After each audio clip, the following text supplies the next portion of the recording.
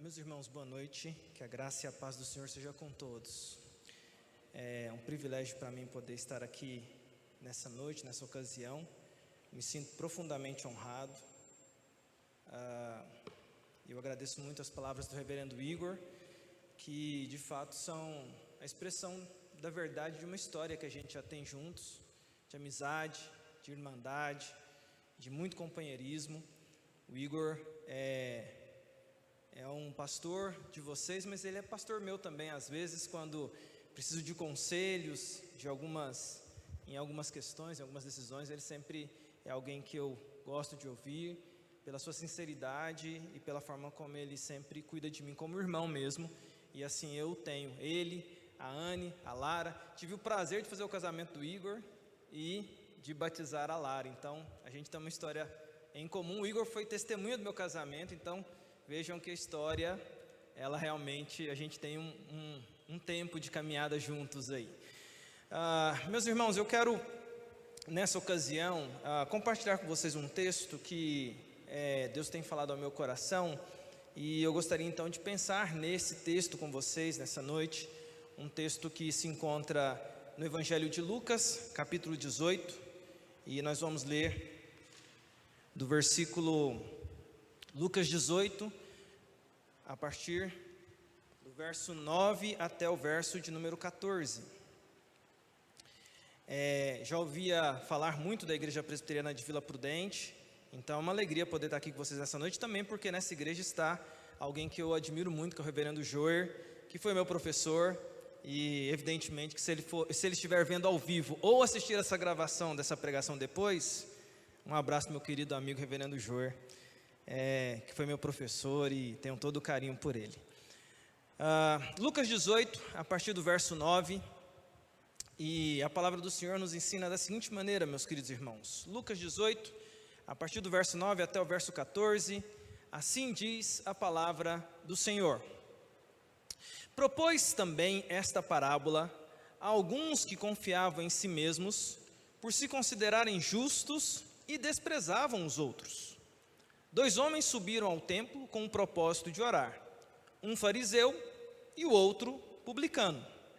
O fariseu, posto em pé, orava de si para si mesmo, desta forma: ó Deus, graças te dou porque não sou como os demais homens, roubadores, injustos e adúlteros, nem ainda como este publicano.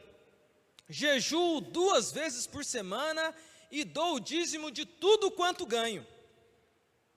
O publicano, estando em pé, longe, não ousava nem ainda levantar os olhos ao céu, mas batia no peito dizendo: ó Deus, sê propício a mim, pecador.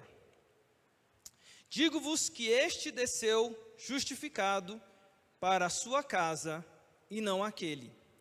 Porque todo o que se exalta será humilhado, mas o que se humilha será exaltado. Vamos fazer uma oração, pedindo para que Deus possa nos orientar na meditação da palavra nessa noite. Oremos. Pai, o nosso coração se regozija na Tua presença, porque é sempre um privilégio abrir a Escritura e estudá-la. É sempre um prazer estar na santa presença do Senhor, sabendo que por graça e misericórdia o Teu Espírito Santo há de falar aos nossos corações. Vox Dei, o Senhor fala ao Teu povo, e aqui está Teu povo, ó Deus, que se reúne aqui nesta igreja, e o Teu povo que está esparramado por outras igrejas pelo Brasil afora, prontos para ouvir a voz do Senhor. Fala aos corações desta igreja nessa noite, não porque nós merecemos, nós sabemos que não, mas por Tua graça, por Tua bondade, por Tuas promessas, e para a glória do Teu nome, e para que em nós se manifeste, ó Deus, o Teu nome e a Tua salvação. Portanto, ó Deus, guia o nosso coração, guia a nossa mente. Nós sabemos que no momento de meditação, nossa mente ela às vezes é tentada a caminhar por outros lugares, a vaguear em outros pensamentos, mas clamamos ao Senhor que Teu Espírito Santo traga todo o pensamento cativo à presença do Senhor, a começar do meu, que sou o pregador dessa noite. Usa a minha mente, usa o meu coração, usa a minha voz, para falar única e exclusivamente aquilo que é da parte do Senhor. Mais uma vez, meu Deus, eu peço, perdoa os nossos pecados. Purifica-nos, ó Deus, de toda impureza e nos permite estar diante do Senhor, aptos para receber o alimento que o Senhor tem para nós no dia de hoje. E que isso venha repercutir na nossa caminhada durante essa semana, e isso tudo pedimos para a glória do Senhor. Assim oramos em nome de Jesus. Amém. Meus irmãos, esse texto é um texto certamente desafiador, mas é um texto que eu gosto muito de pensar sobre ele, e quando eu vou trazer uma mensagem, da minha prática, eu gosto de anunciar o tema que eu vou estar falando e também os tópicos pelos quais eu vou caminhar neles. Então, o que eu tenho para a gente pensar aqui nessa noite, inclusive se você quiser se sentir desafiado a anotar, algumas pessoas gostam de anotar até por ter aquela perspectiva de depois e conferir se isso é isso mesmo, e é muito legal a gente estudar o texto posteriormente, mas a minha observação, ou a minha proposta para nós aqui nessa noite, olhando para esse texto, é sobre o seguinte tema, se você quiser anotar, esse é o tema: uma cosmovisão correta sobre as coisas. E eu gostaria de ter dois olhares sobre esse texto, até porque a gente tem duas histórias que Jesus conta aqui, ou uma história com dois personagens, e a gente vai ter, então, duas observações nessa história. A primeira,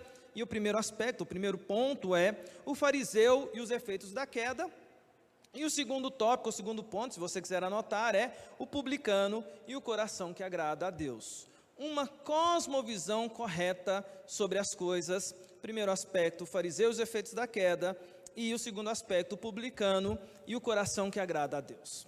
É Lucas quem está narrando essa história para nós. Lucas, um historiador competente, médico, dedicado, que no capítulo 1, verso 1, já diz de cara para nós que ele buscou testemunhas, que ele apurou os fatos, que ele foi atrás de muitas informações para então colocar aqui no Evangelho que ele narra informações acerca do Redentor Jesus Cristo. E é interessante dizer isso para vocês, irmãos, porque Lucas é aquele que vai contar algumas histórias que não aparecem. Tem algumas histórias únicas que Lucas narra, só ele conta essas histórias, não aparece em nenhum outro lugar. E o capítulo 18 ele é repleto de algo que me chama a atenção, que é esse olhar de Jesus sobre as coisas, a cosmovisão de Jesus sobre como as coisas estavam naqueles dias. E isso é um alerta para mim. Para mim, Lucas está deixando aqui um alerta do que Jesus viu. Pega as histórias do capítulo 18 de Lucas e você vai ver que elas estão totalmente, evidentemente, porque está no mesmo capítulo, é sequência, está falando de uma viagem que Jesus está fazendo para Jerusalém, para cumprir o seu ministério, está indo para a cruz, mas as histórias do capítulo 18 têm uma conexão muito forte, mostrando como Jesus viu aqueles dias. E do verso 9 ao verso 14, Jesus então vai contar uma história. E Lucas, ao mostrar essa história que Jesus narra, ele já introduz, colocando assim, propôs, algumas pessoas se consideravam justos. E por conta disso, Jesus conta essa história. A cosmovisão correta sobre as coisas. Sabe por que a cosmovisão correta sobre as coisas? Porque quem está fazendo a observação e a crítica é o próprio Deus Filho. A cosmovisão correta é a dele. Portanto, tomemos a visão de Jesus como referência para nós. Interessante ver ainda como informação, antes de partirmos para os detalhes do texto, que Jesus estava aqui na reta final do seu ministério. Portanto, se reta final do seu ministério, Jesus está fazendo algumas ponderações finais ali aos seus discípulos, mas aqui, nesse momento, não só os seus discípulos o estão ouvindo, mas uma multidão que viajava para Jerusalém para a festa da Páscoa, e eles então estão ouvindo o que Jesus tem a falar. E Jesus está falando sobre o que ele viu naqueles dias acerca da religião, da postura das pessoas daquela geração. Uma cosmovisão correta sobre as coisas. Jesus vai contar uma história. E o primeiro aspecto que eu quero compartilhar com vocês é acerca de o fariseu e os efeitos da queda. Jesus começa a contar essa história e ele vai dizer então que duas pessoas foram ao templo. Nada mais comum do que daqueles dias. Aliás, Jesus de maneira muito sábia usa personagens muito comuns daqueles dias. Ele coloca na história o fariseu e o publicano. E é interessante que alguns comentaristas, ao falar sobre esse texto, geralmente costumam comentar que quando Jesus começa a história dizendo, o fariseu foi ao templo, as pessoas, os primeiros ouvintes, provavelmente por conta da fama dos fariseus, de estudiosos, de serem aqueles que traziam uma orientação para a religião daqueles dias, eram a liderança intelectual daqueles dias, eram aqueles que faziam os apontamentos teológicos. Provavelmente os primeiros ouvintes dessa história pensaram, olha, o herói da história está aí. O fariseu foi ao templo. O que será que ele foi fazer? O que vai acontecer com esse personagem a quem esse rabino está contando essa história? E aí Jesus começa então a narrar a história do fariseu e ele diz assim, no versículo 10 e no versículo 11, enquanto detalha para o fariseu. Diz assim, 2 homens subiram ao templo para orar. Um fariseu e o outro publicano. Verso 11. O fariseu, posto em pé, orava de si para si mesmo desta forma: ó Deus, graças te dou, porque não sou como os demais homens, roubadores, injustos e adúlteros, nem ainda como este publicano. Jejuo 2 vezes por semana e dou o dízimo de tudo quanto ganho. Jesus fala que 2 pessoas foram ao templo para orar. Jesus diz que o propósito era orar.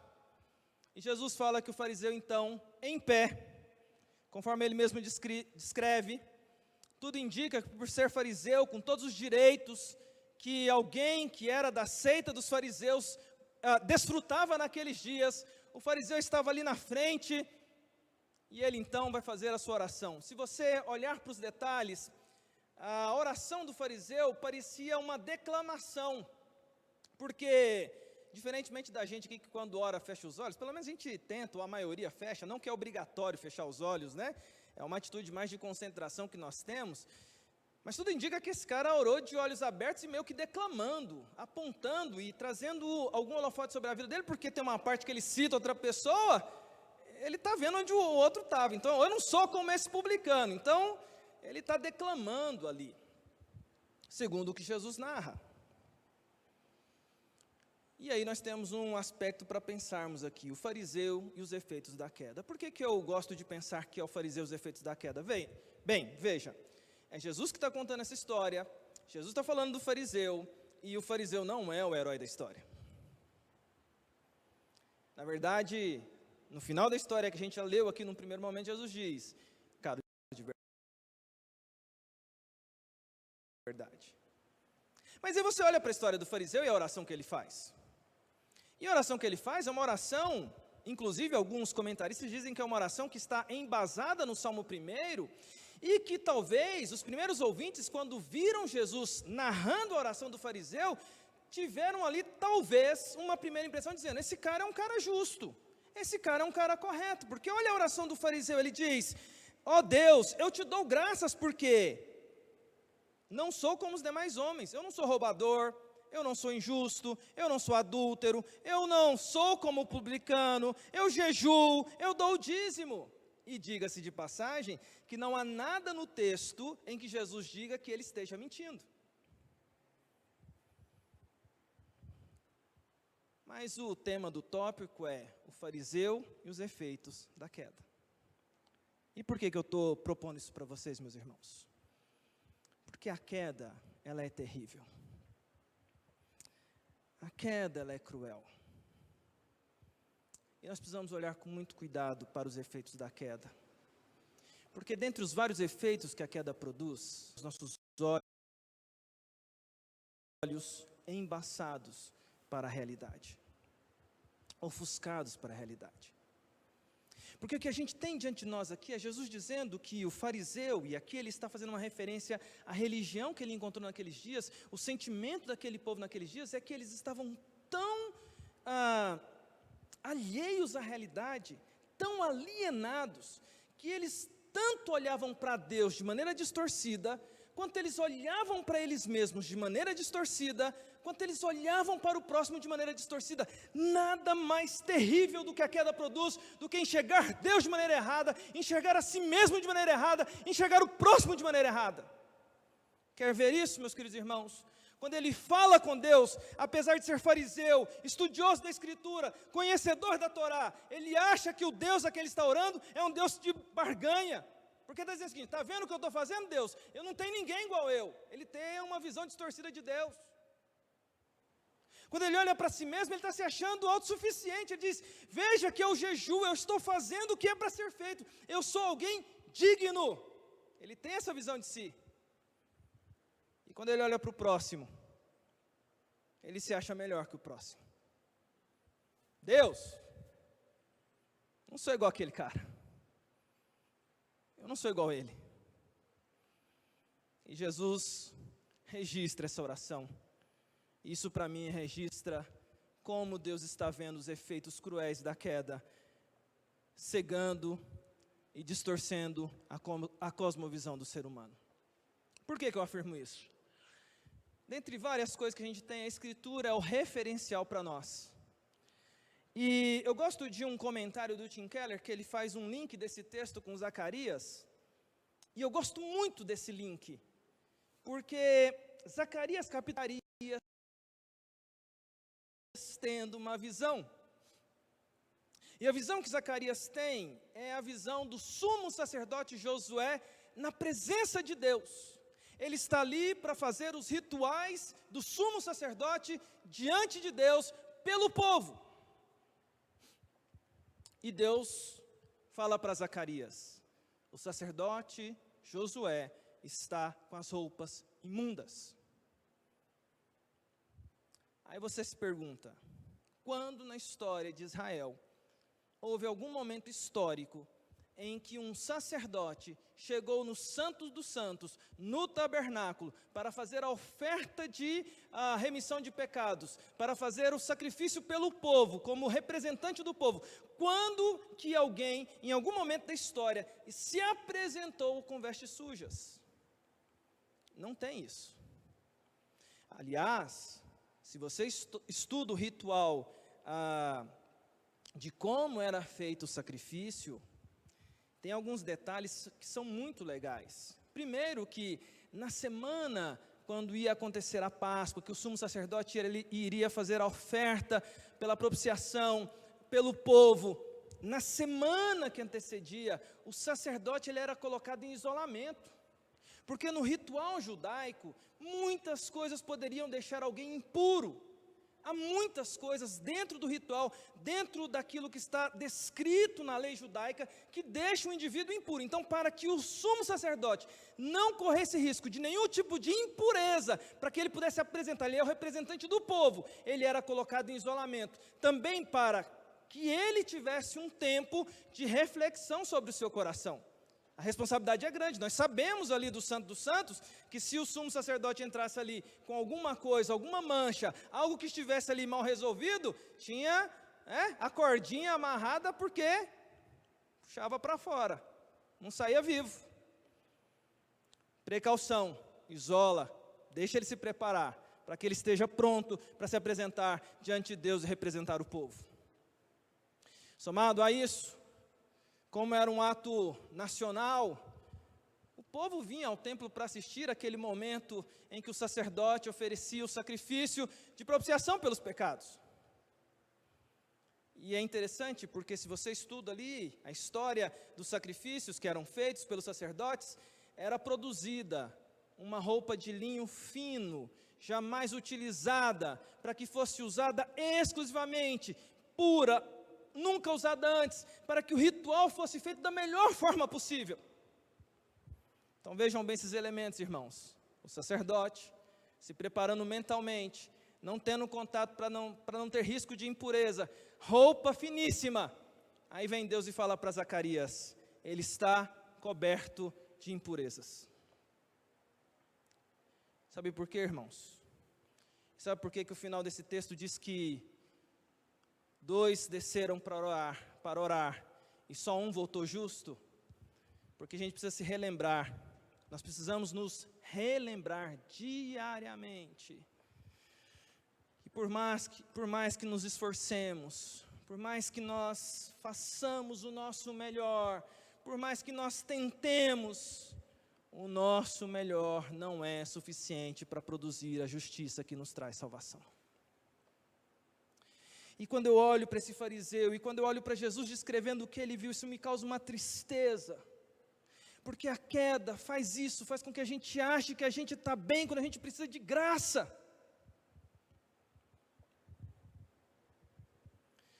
E essa é uma mensagem que ecoa, Jesus dizendo, cuidado, para que seus olhos não estejam embaçados acerca daquilo que é a sua verdadeira realidade.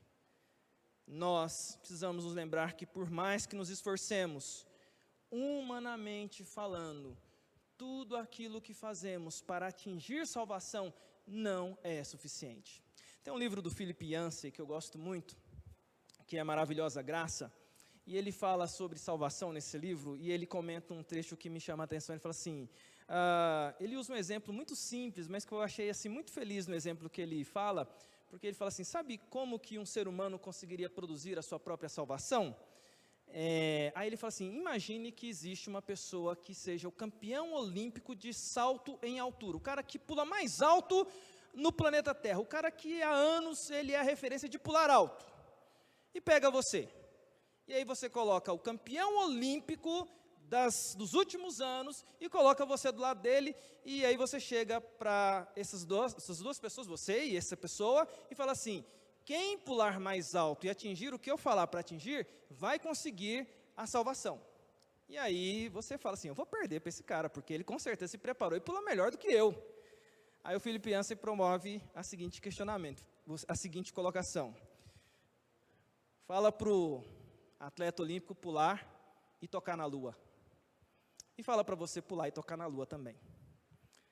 A resposta nós sabemos, irmãos. Nem um atleta, nem eu, que nunca pulei, né, profissionalmente, só amarelinha, a gente não toca na lua, é impossível.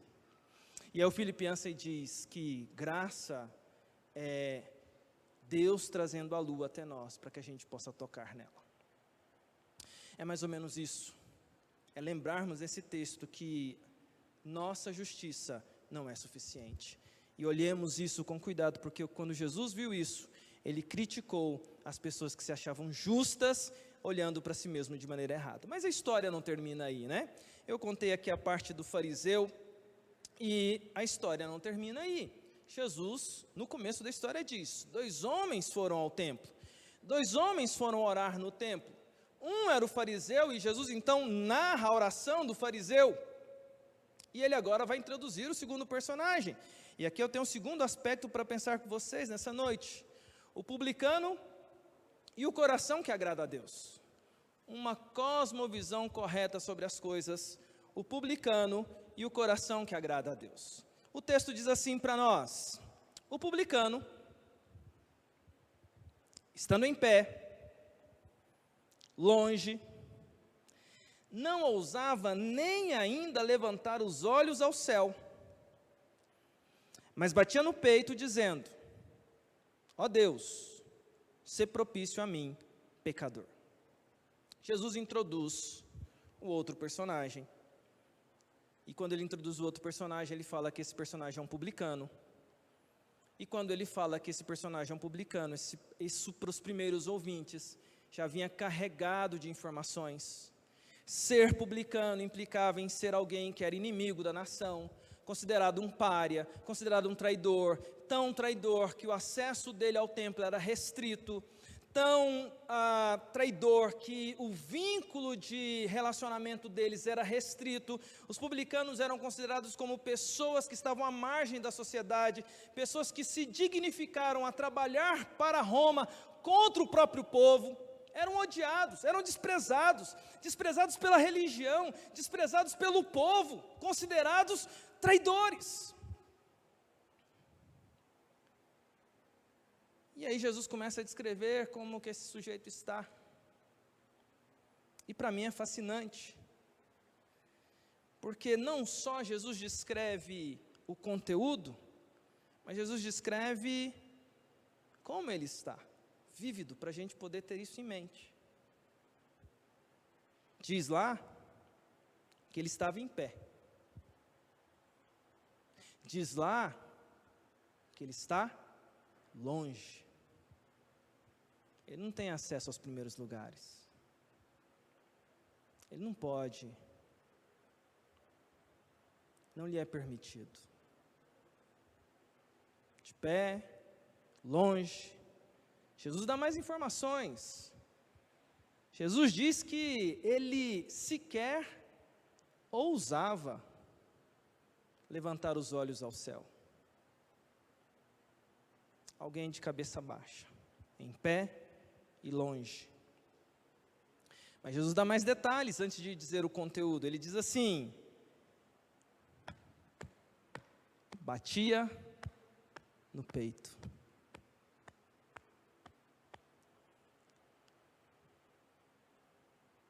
E desse publicano saiu uma expressão apenas: ó Deus, se propício a mim, pecador. Ó Deus, se propício a mim, pecador. Jesus apresenta essa outra história, o publicano e o coração que agrada a Deus. Eu gosto de olhar para algumas coisas no publicano. Primeiro, eu gosto de ver a postura dele, e me chama a atenção que quando Jesus descreve a oração do publicano, é interessante pensar que é o Deus que sonda e conhece os corações, mas que de maneira interessante ele repara na postura. Que de maneira interessante a postura do publicano chamou a atenção dele. E aí nós somos às vezes uma igreja que acha que não faz diferença a postura, o que faz a diferença é o conteúdo, mas é o próprio Deus Filho falando que o cara estava de cabeça baixa, batendo no peito. É uma postura de alguém profundamente constrangido e profundamente quebrantado. Tão profundamente constrangido e tão profundamente quebrantado, que chama a atenção do Deus a quem ele vai buscar.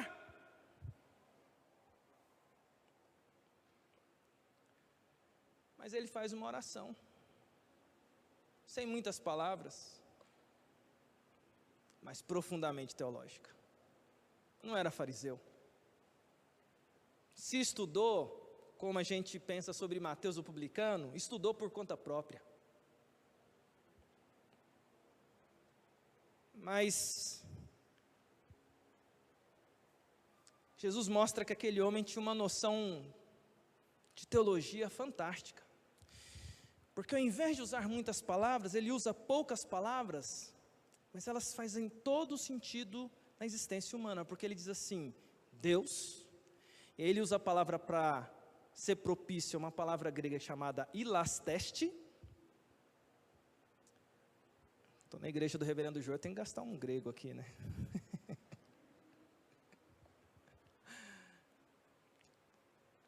E ele termina dizendo pecador. Veja bem, ele fala com Deus, e ele se nomeia pecador. Preste atenção nisso.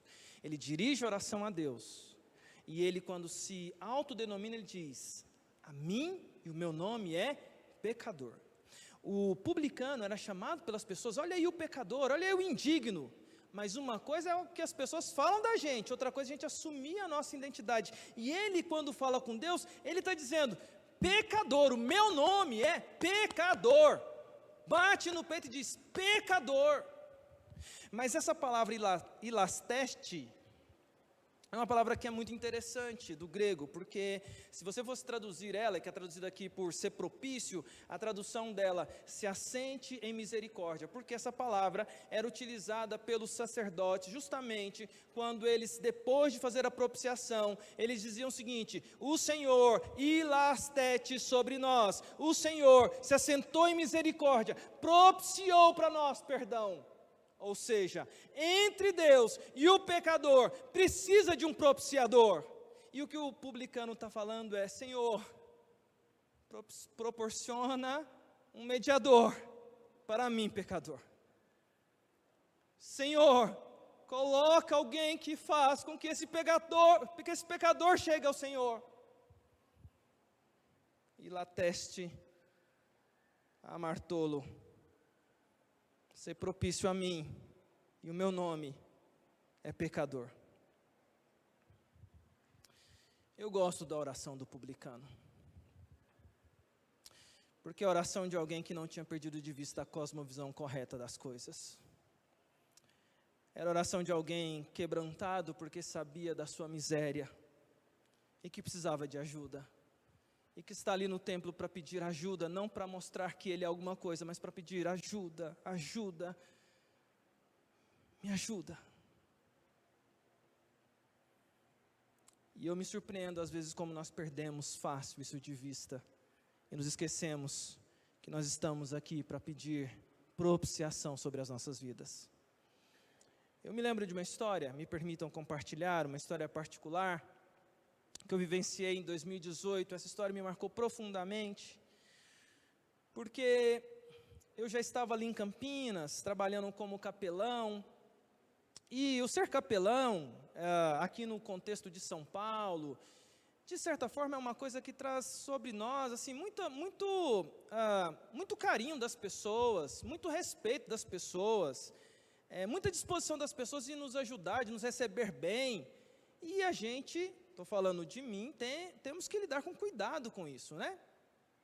Eu me lembro que eu comecei a frequentar uma igreja lá de Campinas, a Igreja Presbiteriana de Campinas, onde eu estou lá como colaborador atualmente, e ali os irmãos sempre muito acolhedores comigo, mas um dia o pastor pegou e falou assim: olha, domingo que vem, vamos ter aqui um coral, vai ser um culto especial da Páscoa, o coral vai estar aqui na frente, você venha com essa perspectiva que vai ser só o coral, vai cantar aqui sobre a história da Páscoa, e você venha com essa perspectiva. Ele falou isso, o que eu ouvi foi: domingo é tipo esse próximo domingo eu vou para um culto onde só vou ficar ali vendo o que vai acontecer. E irmãos, eu lembro do meu coração, e me permitam compartilhar isso com vocês. Fui para a igreja naquele domingo de manhã, sentei no banco, com uma postura totalmente de: sou capelão, estou aqui para ver o que esse pessoal veio apresentar aqui, como um consumidor, como plateia, estava lá para assistir. E reparar nos detalhes, porque a gente repara, não repara? E aí começou a cantata. E eu lembro que quando a cantata começou, de cara, meu coraçãozinho já começou a tomar umas pancadas. Porque começou falando do amor do Pai. O amor do Pai sempre me constrange, o amor de Deus Pai. E uma música lá muito bonita sobre o amor do Pai me deixou já assim quebrantado, porque eu estava com a postura errada. Mas seguiu, e ali eu fiquei observando, pensando, e naquele dia em especial, o coral estava junto com o ministério de louvor, música, junto com as vozes, aquele negócio preparado com todo o carinho, e toda a apresentação foi acontecendo, e aí chegou um momento da cantata, que tinha uma música que falava sobre a obra de Jesus, a redenção, a morte sacrificial, e eu estou lá prestando atenção, curtindo a cantata, como um belo espectador. E de repente, estou ali vendo a cantata acontecendo, quando o coral fala de uma canção que fala sobre que Jesus morreu na cruz, e as mãos de Jesus estendidas sobre a cruz, e quando falou as mãos, cantando, né, estendidas sobre a cruz, fez um barulho assim, pim! Opa, alguém errou, pensei comigo, né, esse negócio aí está fora. E eu já olhei para o pessoal do louvor, olhei para o pessoal do coral, porque quando erra, a gente vê na cara que alguém errou, né? E o pessoal concentrado. Eu falei, parece que foi de propósito esse negócio aí. Fiquei atento, né? Aquilo chamou a minha atenção, a música seguiu.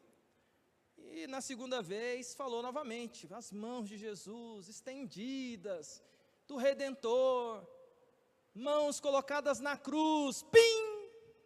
Falei, opa, de propósito. Esse negócio não é acidente, esse negócio é de propósito. E aí eles foram mais uma vez. Na terceira vez, irmãos, eu entendi o que estava acontecendo. E como que se os meus olhos abrissem, toda a minha postura mudou naquele culto, naquele momento.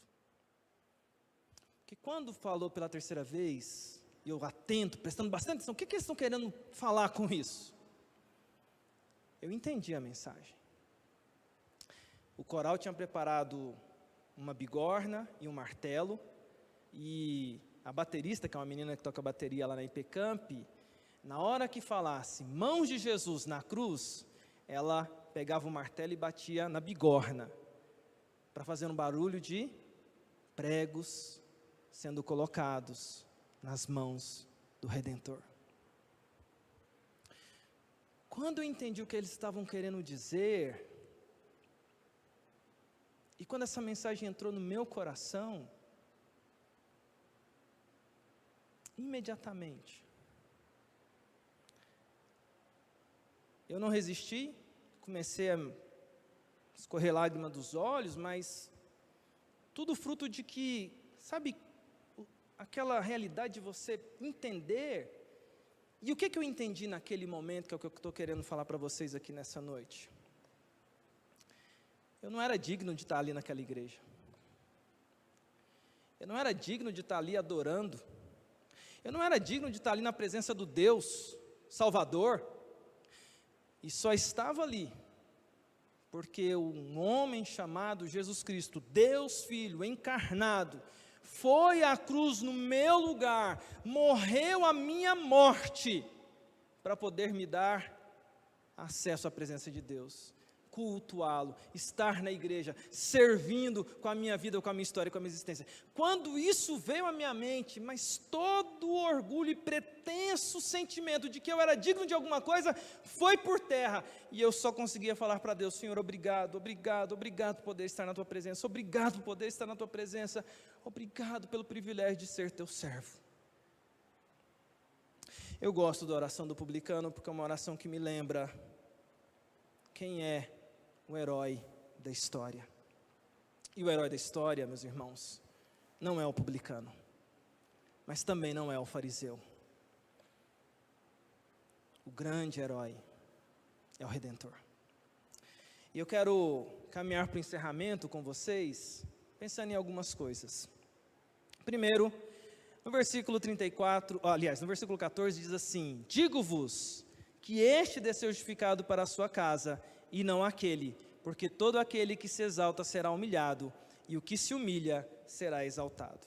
Eu vejo aqui algumas coisas que me chamam a atenção para concluir com vocês, e eu gosto de alguns exemplos que a gente não pode perder de vista. Eu gosto, por exemplo, do livro As Crônicas de Nárnia, e saiu filme também, mas quem lê As Crônicas de Nárnia, escrito brilhantemente por C.S. Lewis, quando C.S. Lewis descreve o primeiro encontro do Edmundo com Aslan, é uma das coisas mais lindas que você tem ali no primeiro livro que foi escrito, que é o Leão, Guarda-Roupa e a Feiticeira, mas na sequência cronológica ele é o segundo. Porque diz que Edmundo tinha traído seus irmãos, mas que agora ele chega no acampamento onde Aslan está. Edmundo fora o traidor, o que errou, o que se deixou levar pela feiticeira branca, e Aslan vai acolhê-lo. E é muito bonita a primeira cena do Edmundo, o falho, diante do grande Aslan, o leão, que representa ali, no que C.S. Lewis escreve, ele é uma figura que aponta para Cristo. E a primeira cena que a gente tem de Edmundo perante o leão, é um grande leão, e o Edmundo está conversando com ele, mas o Edmundo está assim, ó, de cabeça baixa.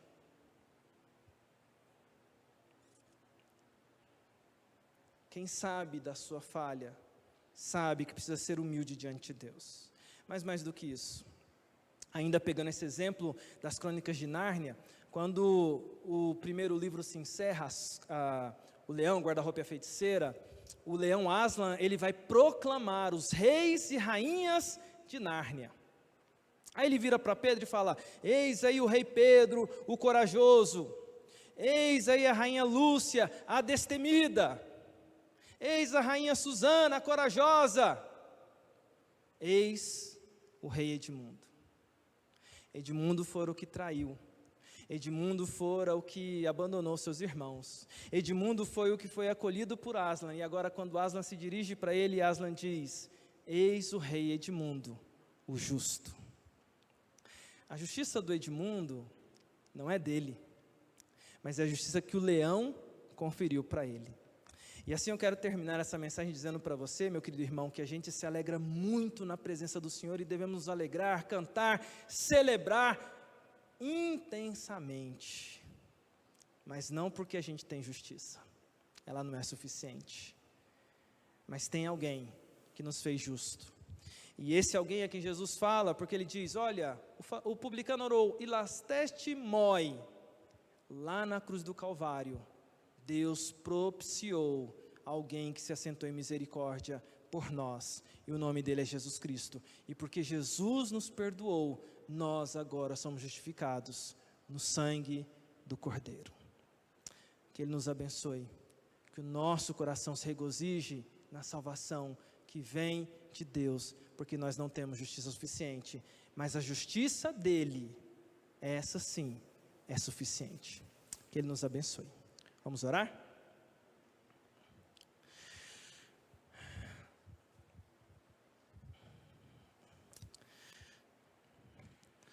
Ó Deus, sê propício a nós, pecadores.